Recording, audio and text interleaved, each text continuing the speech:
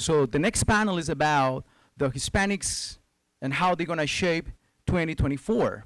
And for this panel, we have our very own president, founding president of the Libre Initiative, Daniel Garza. He has served in multiple influential roles in Washington, D.C., and key positions within the George Bush administration, and including the Department's Interior and the White House.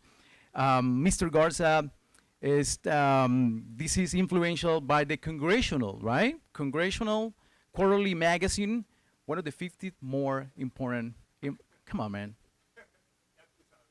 Bastante, eh? It's a rock star, Daniel Garza. You know, Daniel and I met like 17 years ago. I mean, still don't memorize your long resume, my friend. A lot of accomplishments. Wow.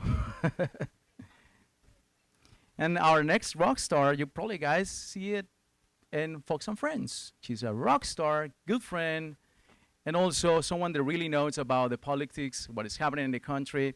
So Rachel Campos Duffy, again, is a Fox and Friends weekend co-host, and also co-host of the Kitchen Table podcast with her husband, former Congressman Shane Duffy. And also, she is a New York Times best-selling author and has appearance frequently at The View and ABC. Rachel, really good to see you again.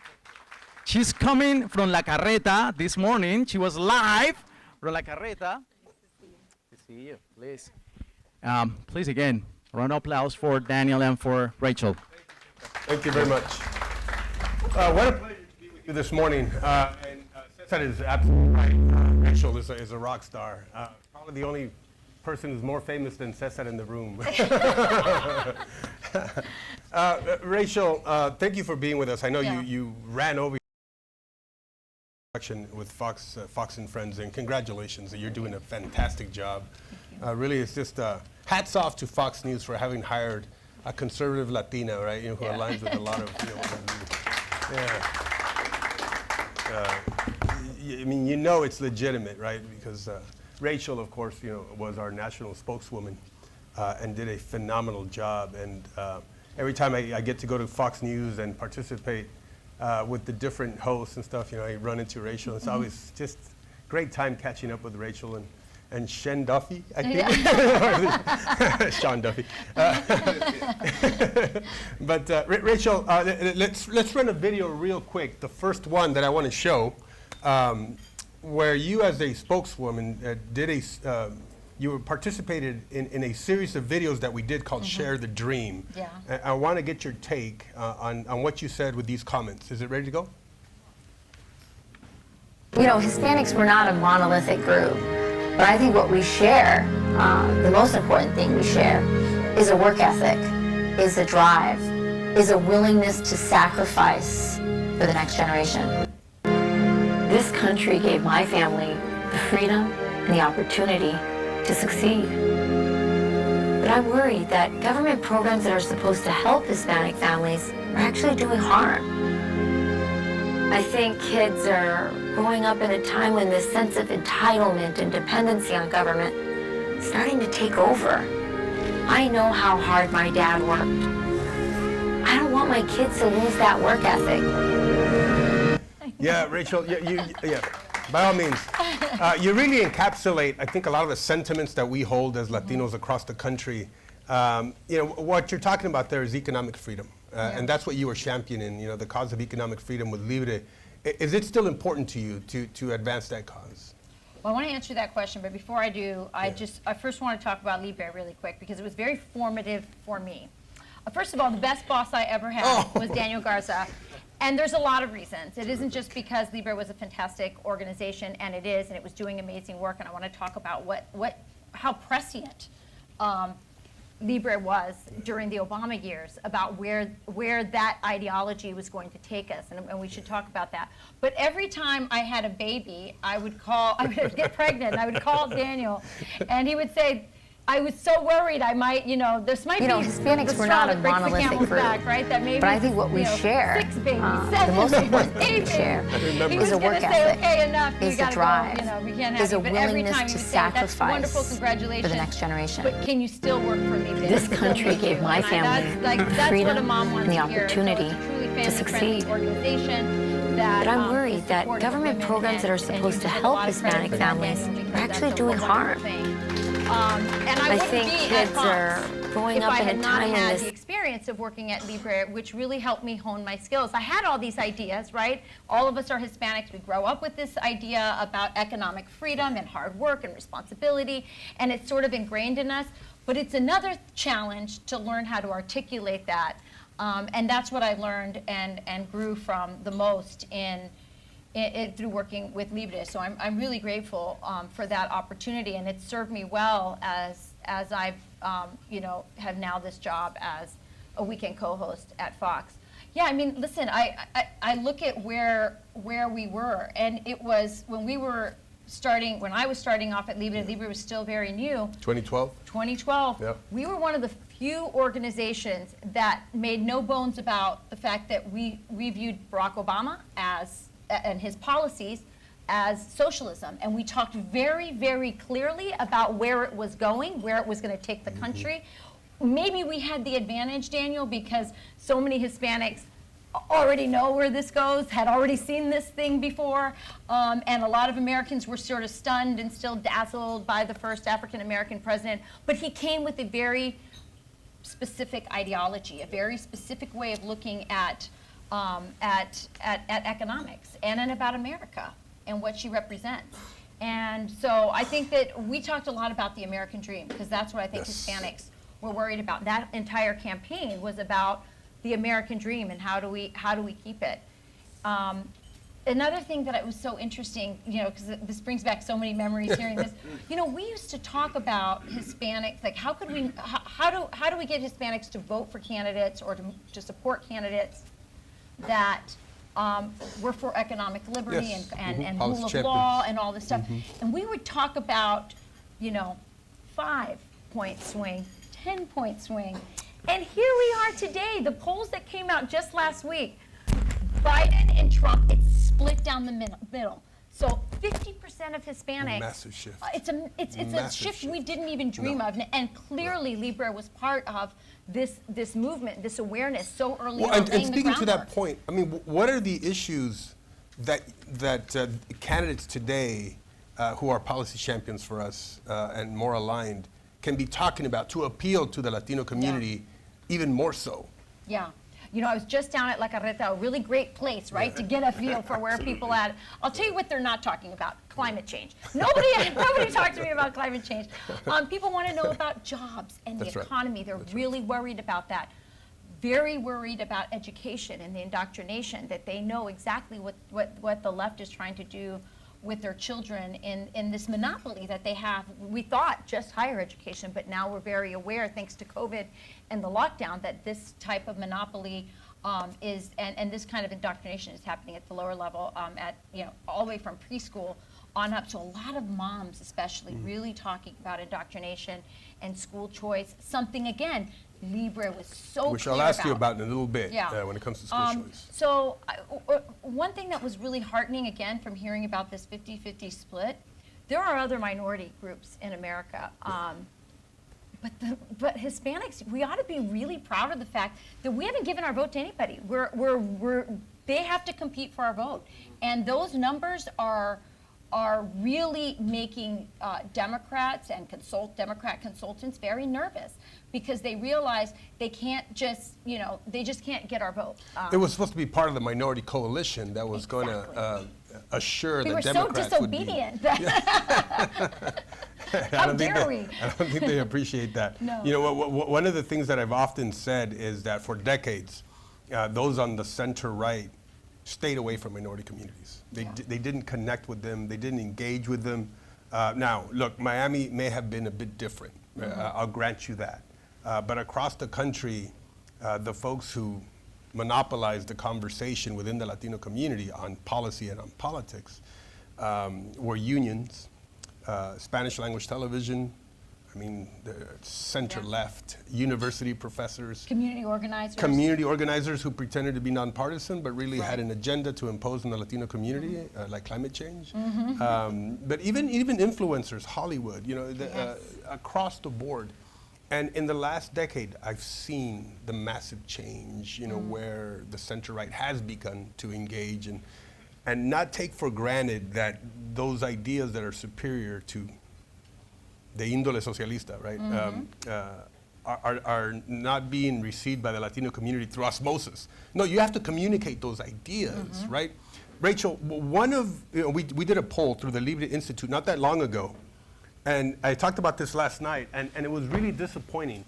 80% of Latinos feel that we have lost our direction, that our children will not have a better future than this generation. And, you know, we're an optimistic bunch. Yeah, I know. We are very positive. I started at Libre so optimistic. I know. That's what happened. But to know that 80% don't feel that we are on the right trajectory, it's like we've lost our direction. We've lost our mojo as a country. Can you speak to that a little bit? And let's run another video, the next one, right before you do that, just to give it a little bit more. Something? I know you sound very. So there's something very depressing about that number. Yes. But there's also something very positive, which is that we know we're on the wrong direction. You know, you go to Europe and they think everything's fine. Like, you know, the center right would be considered very leftist. That's a great point. By here. Yeah. So I think that the fact that we sense that something is terribly wrong and that we're going in a very, very bad direction that we might not be able to come back from is actually a really positive sign, because the first thing is to know where we recognize this doesn't feel like America, and we want what we had before back. It's interesting because I did say that, mention last night that this administration, to use a football analogy, it's like they started off in the 50-yard line, they fumbled and went back 20 yards, but with this Bidenomics campaign, they talk about it like they scored a touchdown. Yeah. And so you're right. Look, Latinos are feeling the pain, That's right. you know, through the inflation, through higher interest rates. You know, everything is more expensive. Life has become very expensive. When's the last time, by the way, it's the economy, but also, you know, I remember sitting on the couch at Fox and Friends. You know, this was when when we were reporting a lot on the Ukraine war, and they were like, you know, they broke news into our ears, and they said, you know, Russia has their nukes on alert. You know, I'm like, this hasn't happened since the 80s. The world's on fire. And now this has happened with Hamas, and now we look like we might be getting into a broader war. And like, I interviewed Vivek Ramaswamy just when I was at La Carreta, and you know, he's like, we're on the brink. You know, a lot of Americans are worried that we're on the brink of World War III. These are things that we never.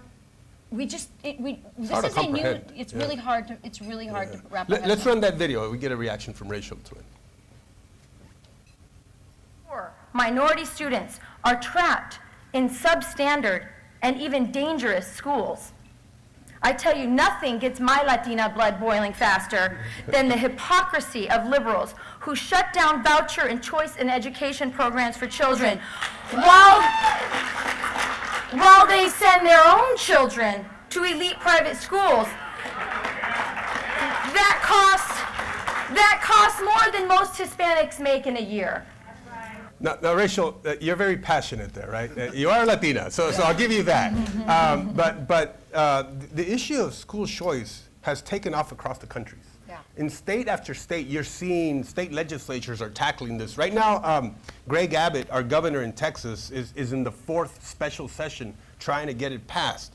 And one of the groups that is actually holding it up is a small group of Republicans in the rural areas. Really? Believe it or not, yeah, because they have the supermajorities on both. They feel that they would gut the public schools in those rural areas if they actually funded people who would then leave the schools. So, and the question to you is, do you still remain as passionate on the issue of school choice, and why? And what kind of progress have you seen across the country? So part of my anger on that as well was that, you know, when Barack Obama came in, think about all the problems America has. One of the first things he did was to shut down a scholarship voucher program for mostly black kids. There were Hispanic kids in the program too. It was called the DC Opportunity Scholarship Program. So this is the worst school district, probably one of the worst school districts in the country. and there were vouchers for kids to get out of that terrible system. And some of those kids were going to the school that he put his own kids in, Sidwell Friends, which is a very shishi school. Very nice. And, organic lunches and the whole bit. And so now all these kids could go there. He shut the program out. While his kids got in, those kids were kicked out. Imagine that.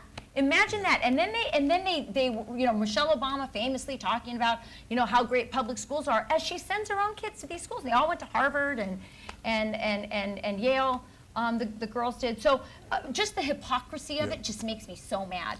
But then again, when COVID happened, we got to see that it's more than the fact that they're not teaching math and science and history and love of country and our founding fathers and the Constitution. It wasn't just that they weren't giving all that. Then we kind of came to find out that they are also pushing another agenda, that they're pushing this communist agenda, Marxism, hating your country, pushing agendas that were pitting, minority kids against white kids, oppressor versus oppressed, and then of course all the gender ideology that was confusing children as well. So it went from like, you're not teaching my kids, to actually, you're hurting my kids.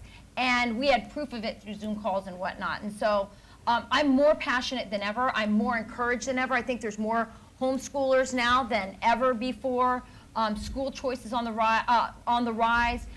In my husband's little tiny hometown in northern Wisconsin, a group of moms and even teachers from the public school defected, and there's all this training for teachers to start classical schools and academies. Even I became more educated through this whole process of COVID. I sent my kids to a Catholic school, and I just started to do a little more investigation of classical schools and realized that that's really what I wanted my kids to do. And so now my kids are in a classical Catholic school as opposed to just a regular Catholic school, because I wanted them to get even more. So I just think that COVID was so terrible on so many levels. And yet, I think we all came out more educated about the education system. Again, just when I was with Vivek, he's talking about eliminating the Department of Education. I think Donald Trump talked about that as well. These are things that people kind of said but didn't mean it. I get the feeling that Republicans, when they talk about it, they mean it. Yeah. Here's something interesting in Texas. There was the incumbent had a special runoff on Tuesday who opposed school choice. A Republican lost in the primary. Wow. So you oppose school choice, you're going to lose with parents, Yeah. which is very good news for us. Excellent news. It gets us closer to school choice reform in the state of Texas, which I'm very pleased with. Which is really you talk about the main problem. I mean, you see all these crazy protests that are happening on campuses now. Those kids don't know anything about the Israel-Palestine issue. They're acting out of Marxism and oppressor and oppressed kind of ideology. They're really simplifying things in that way.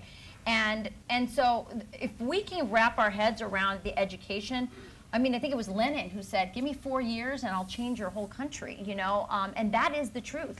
We can't just turn over these young, unformed minds to 8 hours a day of Marxist indoctrination and think that we're not going to pay for it in the future. Hear, hear. I got one last question before Sure. we maybe take a question or two from the audience really quick. But Sure. Talk to us about Fox News. What's been the most fulfilling part of actually working in Fox News? I know your husband, Congressman Sean Duffy, also has a show on Fox News, so it's an all-family affair. It is. It's an all-family affair. He was a contributor, and then when I finally when I got the job, I had to end up moving to New Jersey so I could be closer to the studio because it's a lot of travel. We have a lot of kids. So he ended up getting a job on Fox Business as a host of a business show at 6 p.m. every night. I think the best part is, as you can tell, I care about these things. I'm not, I just really care. And so a lot of times, we all think about these things and we just want to throw our shoe at the TV. Well, I actually get to say it. And so the best compliment. Throw your shoe at Pete and Yeah, Will? I do. Sometimes. But I think the best part is just being able to represent how all of you feel. And when people say, oh, Rachel, thank you so much, you say what I'm thinking, to me, that's the best compliment ever, because I know it's so frustrating to not have that platform and feel like nobody's listening. And it is really a privilege and an honor to have, 2 to 3 million people watching you on the weekend and knowing that you can you can say something and put that out there, or there's a congressman on who's been wiggling and, you know, trying to get out of something, and you can ask that question that's on everybody else's mind. And so that's been really, I think, the most heartening, best part. I love Fox hair and makeup. I mean, listen, we have the best.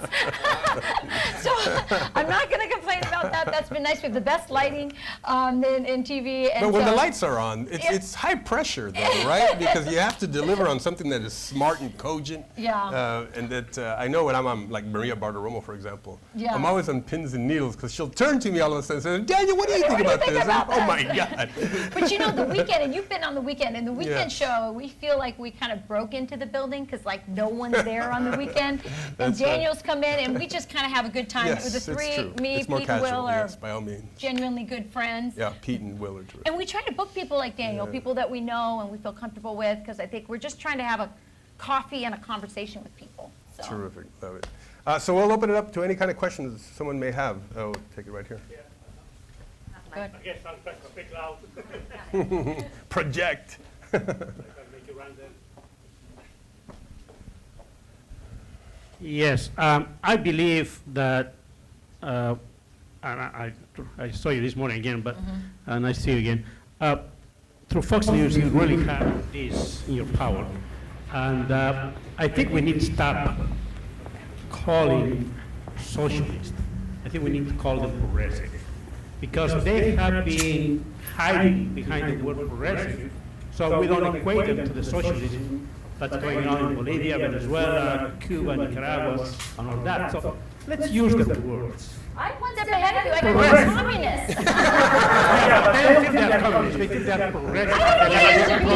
They are communists. Yeah, but if we call them progressives, I think we're going to get many of our Hispanics back to Marx. Yeah, to that point, there is a pushback when people say, well, it's not socialism, it's, you know, collectivism, it's centralizing power and money in the hands of politicians. Whatever you want to call it, it does grow government over every individual. And in a very real way, it is controlling your behavior.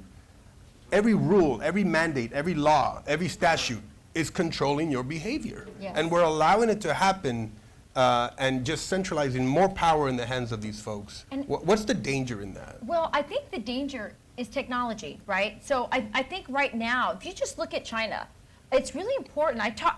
Whenever, you know, we get to pitch ideas every weekend, and, you know, the producers take a few of them. I pitch so much about China, because just as you guys, you Hispanics, were able to try and warn Americans when Barack Obama came with all his big government ideas and say, this is the road it's going down. The life of Julia. Yeah, the life of Julia was a perfect, and we did such a great job at Libre talking about what Pushing that back looked like on and it, how hopeless and depressing this Julia was. It was horrible. From the cradle to the grave. From the cradle to the grave, it was government, and no family and no life. I mean, it was crazy. But I think that looking at China is where we're going. You know, when you think about Stalin, when you think about Mao and Pol Pot, they didn't have the tools of technology to surveil people on the way and control people. In China right now, if you don't show up to the right political rally that the party wants you to go to, guess what? Your little digital pass won't work for you to get on a train. Your kid won't get into the university that you want them to get into. It's control. You know, on some Control. levels, these things are already happening here. That's called a social credit score system. And so what scares me is the fact that any of these, you know, autocrats, you know, these tyrants who want to control our lives have tools of technology that they couldn't even dream of, you know, 10, 15 years ago. And now you have AI on top of it. I mean, there's just, we're moving into a brave new world, and the limits and the boundaries of our Constitution and our individual rights and the rule of law, these things All at are stake. more important Yes. than ever. Well, we've run out of time, and I want to be respectful of time for the rest of the agenda. But Rachel, we are so proud of the work that you're doing at Fox. Dave, can I ask you one question before we go? Yeah, absolutely. Because Daniel worked in the White House, you've worked here at Libre. You and I and Jose and so many of us here have been working in the Hispanic community for so long. I know you must be on some levels encouraged by the education that people are now so much more Yes. aware. But what are the biggest changes And what would you say from your, in the community and where it's at politically, and what would you say is the #1 message that you would give based on all that knowledge and experience to any of the candidates that are running right now You got it. for office? Well, I like how your reporter instincts take over. Sorry. I'm supposed to be asking the questions, but I'm genuinely I'll be interested. short. I could not be more prouder of where we are seeing where the Latino community is. Look, and I mentioned this a little bit ago. One party took us for granted, and the other party ignored us. That's just a fact. No longer, right? Both parties have had to invest in our community, have had to engage and attempt to connect with us on the ideas, on policy. That's respecting your constituency. That's respecting Latinos, for once. As opposed to coming in and imposing your agenda onto us, you are now listening to what our priorities are. And if you don't, you do so at your peril, right? You know, we will vote you out. Jackie Rosen received 67% of the Latino vote in Nevada as a senator. 2 years later, Masto received 59%. She dropped 9 points, a Latina who spent wads of money in her campaign in Spanish language television. You're not talking about the issues that matter to us. Right. And the issues that matter to us, look, I feel strongly about this. Yes, it's the economy, but it's the freedom to live a life of purpose, to live a life of prosperity, to live a life where you improve the quality of life for your children. And we're not on that path right now. And it's so worrisome. And any candidate worth their salt has to speak about the American dream. How we should pass policies that are pro-growth, give us energy abundance, position our children better in education so that we can all rise through our talents and our merit, not through some aspiration of a politician who wants to give us a handout or show us the way to a better life. And the last thing I'll say to that is, you know, when our forefathers signed that beautiful document and at the end put that we all have the right to life, liberty, and the pursuit of happiness, the pursuit of happiness meant we don't know what does it for you. You need to figure that out. Go out there and leverage your talents and your skills. Provide a service or a product that makes life better for others, and we'll reward you with our money.